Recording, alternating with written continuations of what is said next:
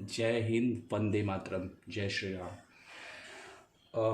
ये मैं विजय राजहंस मानव सेवा संस्थान का राष्ट्रीय अध्यक्ष श्रीनिवास पांडे आपके सामने मंदिर पर फिर एक बार उपस्थित हुआ हूँ, अपने मंदिर पर लेकर वीडियो। और ये वीडियो है कि हम सनातनी धर्म पे है, सनातन धर्म क्यों महान है और सनातन धर्म की क्या विशेषता है, इसी पर वीडियो है। तो आइए हम सब चलें कि सनातनी धर्म पे हम करें कि सनातन धर्म क्यों महान है। हम सनातनी थे और आपको 1300 में क्रिश्चियन धर्म रोमन एम्पायर के द्वारा ज़्यादा विकसित हुआ। फिर उसके बाद सातवीं शताब्दी में इस्लाम आया और इस्लाम धर्म ने मतलब सारे जगह किया। और हमारे धर्म को किसी विशेष पार्टी ने आतंकवादी संगठन घोषित कर दिया, जबकि ये सबको पता है कि कौन सा धर्म सबसे ज़्यादा आतंकवादी है। इस्लाम के नाम पे जो वो अपने कुरान में जो उनके कहा गया है उसमें सबसे ज़्यादा उन्होंने उसको फॉलो नहीं किया और आतंकवादी किया, और आतंक ही उनका मुद्दा बन गया। तो ये चीज़ सभी को पता है कि कौन धर्म आतंकवादी है, कौन धर्म है और किसे से। और हमारी देश की विडंबना देखिए, जिस भगत सिंह ने देश की आज़ादी के लिए कोड़े खाए और उनको मेरे पास साक्ष्य भी मौजूद है, उनको ब्रिटिशर ने भी चौराहे पे नंगा खड़ा करके कोड़े लगाए थे कि कोई भी और आगे भगत सिंह बनने की हिम्मत नहीं करे। उस भगत सिंह को किसी विशेष पार्टी ने, उन पार्टी पर थू है कि उन पार्टी ने भगत सिंह को आतंकवादी करार दिया। और जो अभी तालिबान में हो रहा है, ये संग नंगा नाच हो रहा है, तो उस पे आतंकवादी नहीं है। और किसी एक जो भगोड़े टाइप की नेता का ट्वीट आता है कि असम में बहुत ज़्यादा वो हो रहा है, अगर असम में आप आतंक फैलाएंगे तो किसी भी सरकार का मुख्य उद्देश्य होता है कि उस आतंक को ख़त्म किया जाए, उसके लिए एक्शन लेना पड़ता है। तो उनका ट्वीट आता है कि असम सुरक्षित नहीं है। तो बंगाल कहाँ सुरक्षित था? बंगाल में जब खूनी तांडव खेला गया और बहन बेटियों की हत्या की गई, उनकी इज्जत को तार तार किया गया, तो क्यों नहीं ट्वीट आया? क्यों सब मौन थे? क्योंकि वो हमारे सनातन धर्म के विरुद्ध पार्टी वो तांडव मचा रही थी। तो हम वो है, और हिंदू धर्म को आतंकवादी कहा जाता है, जबकि हिंदू धर्म लिबरल है। और मुझे उन हिंदुओं से पूछना है जो इतने पागल हो जाते हैं अपने स्वार्थ के पीछे, तो वो हिंदू मतलब अपने सनातन धर्म की रक्षा करे, और जो अपने धर्म की रक्षा नहीं कर सकता है उसका विनाश होना निश्चित है। तो ये है कि हमारा धर्म सनातनी है और हम सनातनी हैं, और हम मतलब बहुत ज़्यादा विश्व में अपने डंका पीटते रहे हैं। और हमारा देश और हमारे धर्म को कितने भी खिलजी आए, कितने भी तुगलक आए, हमारे धर्म को मिटा नहीं सके। अंग्रेज जाए हमारे धर्म को मिटा सके, तो सनातन धर्म को मिटाने की कोई सोचे भी नहीं। सनातनी धर्म जिंदाबाद है, जिंदाबाद रहेगा और हमेशा मतलब हमेशा स्थापित रहेगा। और वो सनातन ही होंगे जो कि चाइना को भी शरण देंगे। आपके जितने भी जो भी दार्शनिक है, चाहे कितने भी अमेरिका के, जर्मनी के, और नॉस्ट्रेडमस जो मतलब जिनकी भविष्यवाणी आज तक कोई गलत नहीं हुई, उन्होंने भी कहा कि भारत का सनातन धर्म पूरे विश्व में अपना डंका करेगा और लोगों को शांति का पाठ पढ़ाएगा। हम शांति के दूत रहे हैं और शांति का हम पाठ हमेशा पढ़ते आए हैं। तो ये जो सोचते हैं नेता कि हम मतलब किसी पार्टी विशेष को खुश कर वो अपने को अपना उल्लू सीधा करेंगे, स्वार्थ करेंगे, तो उनका पतन होना निश्चित है। क्योंकि जो धर्म के मार्ग पर चलेगा, जो सच्चाई के मार्ग पर चलेगा, उसी की विजय होगी, और जो धर्म और सच्चाई को छोड़ेगा उसका पतन होना निश्चित है। और इंदिरा गांधी ने साधु पे जब मतलब डंडा चलाया, तो करपात्री महाराज ने उन्हें श्राप दिया था कि एक दिन कांग्रेस का पतन हो जाएगा। तो आज हम देख रहे हैं कि कांग्रेस पतन की राह पे चल रही है। तो जो कांग्रेस सिद्धांत के आधार पर बनी थी, उस कांग्रेस का सिद्धांत भी नहीं। और मुझे ये भी नहीं समझ में आता है कि देश का बंटवारा क्यों किया गया। जब मुस्लिम को यहाँ पे रहने ही था तो देश का बंटवारा होना का कोई औचित्य नहीं था। और जब देश का बंटवारा हुआ तो उसको एकदम कायदे से करना था। और कॉन्स्टिट्यूशन जो बनाया हमारे ने, तो कॉन्स्टिट्यूशन में क्या है, जब आप आरक्षण कर रहे हो तो एक तरह से आप तो देश को बांट ही रहे हो। आरक्षण आपकी योग्यता का तो आप हनन ही कर रहे हो। तो आरक्षण का तो कोई मुद्दा ही नहीं होना चाहिए था कॉन्स्टिट्यूशन में।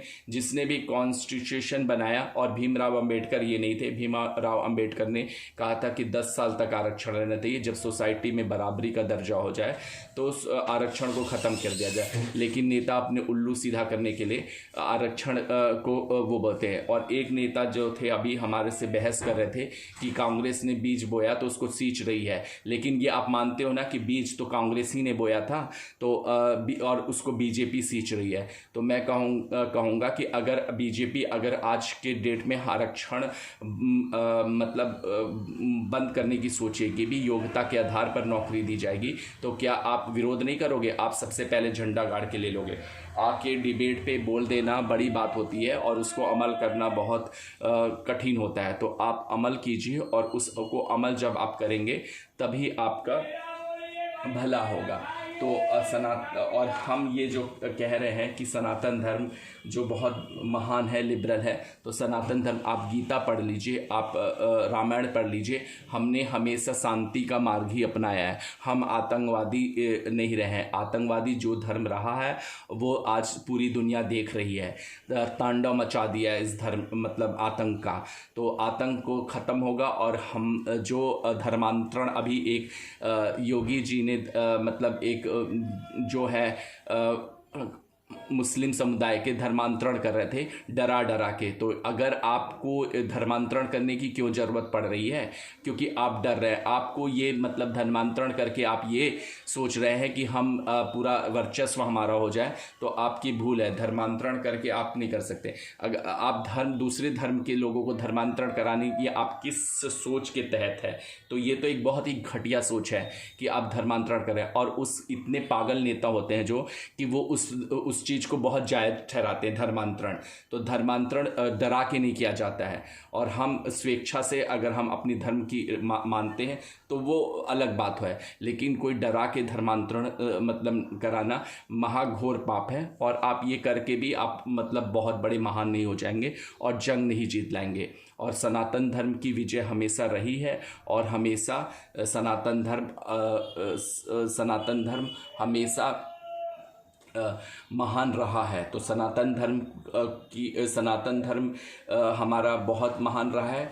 शुरू से ये देश राम का, कृष्ण का रहा है, जिन्होंने धर्म की राह दी। और जो राम को काल्पनिक कहते हैं तो मतलब छुप छुप के हनुमान चालीसा करते हैं, और राम को काल्पनिक कहते हैं। तो कैसी ओछी राजनीति है कि एक तरफ आप राम को काल्पनिक करते हैं, और उसी तरह से दूसरी तरफ आप मतलब छुप छुप के हनुमान चालीसा करते हैं। और आप जब अगर राम काल्पनिक थे तो राम नाम सत्य क्यों कहते हैं जब मरने के बाद? और जो अगर आपके पिताजी जो पार्टी थी जिसने कार सेवकों पर गोली चलाई, तो आप अपना मतलब हिंदू धर्म से आप अपने पार्थिव शरीर को जलाइएगा मत, आप उसको गाड़ दीजिएगा। क्योंकि आप तो राम काल्पनिक है, तो राम नाम सत्य मत करने की जरूरत कीजिएगा, उसको सीधे जमीन में गड़वाइएगा। और जब राम ही काल्पनिक है तो राम नाम सत्य करने की क्या ज़रूरत है? और पंडित के बुलाकर श्राद्ध और तेरवा करने की क्या ज़रूरत है? आपको तो मतलब सीधे ज़मीन में समाना है ना, तो आप ज़मीन में समाइए, तभी अच्छा रहेगा। एक तरफ आप पूरे धर्म को मानते हैं, पूरे धर्म विधि विधान से सब चीज़ें करते हैं, और पूजा पाठ करा के अपने ग्रह नक्षत्र को दूर करते हैं कि हमें जीत मिल जाए। और फिर आप दूसरी तरफ आप मतलब हमारे ही धर्म पे प्रश्न उठाते हैं। तो ये अब नहीं चलेगा। और जो ये सोचते हैं कि हम ये करके हम मतलब अपने को होंगे, क्योंकि यहीं पे सारे कर्म रह जाने हैं, सारे यहीं पे सब चीज़ें रह जानी हैं। और आपने देखा ना, जिन्होंने कार सेवक पे गोली चलाई आज उनकी दशा कैसी है। तो राम को काल्पनिक जो कहने वाले खुद दिल से तो राम को मानते हैं, लेकिन अपनी ओछी राजनीति के आगे मतलब ये सब चीज़ें करते हैं। और जो दिल्ली के चीफ मिनिस्टर बने थे ना, उनको हनुमान चालीसा ही याद आई थी जीतने के लिए। तो वो ये, और फिर एक तरफ वो अपने मतलब मदरसा पे मतलब पैसे देते हैं और वो करते और हनुमान चालीसा करते। राम जन्मभूमि में उन्होंने एक पैसा भी दान देने की ज़रूरत नहीं पड़ी, और जो पैसा दिया गया उसको अपने प्रचार के लिए लगा दिया गया, जो देश के कल्याण के लिए दिया गया उसको अपने प्रचार के लगा दिया। तो ऐसी ओछी राजनीति आप मत कीजिए, क्योंकि यहीं पे सारा किस हिसाब किताब होना बाकी है। और अब आपने कोरोना काल में देख ही लिया, जो भी धन बटोरे रहे क्षण बल में चले गए। तो आप भी कोई मतलब अमृतत्व होके नहीं आए हैं, क्षण भर में आपके साथ क्या हो जाएगा आपको ये पता भी नहीं चलेगा। तो सच्चाई धर्म पे कीजिए, और अगर आप सनातनी हैं तो सनातन धर्म को गर्व से कहिए कि मैं सनातनी हूँ। ओछी राजनीति के लिए अपने को मुल्ला मत बना लीजिए। तो ये चीज़ है कि आप और हिंदू धर्म जो यहाँ पे रह रहे हैं वो वंदे मातरम के हैं, और वंदे मातरम के हैं और भारत माता की जय कहें। और जिनको भारत माता और वंदे मातरम कहने में शर्म आई है तो उसको देश छोड़ देना चाहिए, क्योंकि हमारा देश एक ऐसा एक राष्ट्र है जो हिंदू राष्ट्र है, और हमें हिंदू राष्ट्र की मांग है हमारी कि इसको हिंदू राष्ट्र कह देना चाहिए, और उनको वंदे मातरम और भारत माता की जय कहने में शर्म नहीं होनी चाहिए। अगर जो ये सोच रहा है कि हम वंदे मातरम और भारत माता की जय नहीं कहेंगे तो वो समझ लीजिए कि वो एकदम हमारे देश का है ही नहीं, और वो अभी हमारे देश में पल रहा है, हमारे देश का अन्न खा रहा है, और गद्दारी की उसमें बू आ रही है। तो हमारा देश सनातनी रहा है, हमारा देश सनातनी रहेगा, और हमारा देश की सनातन धर्म की कोई भी नहीं बिठा सकता, क्योंकि सनातन धर्म एक महान धर्म है। जय हिंद, जय भारत, वंदे मातरम।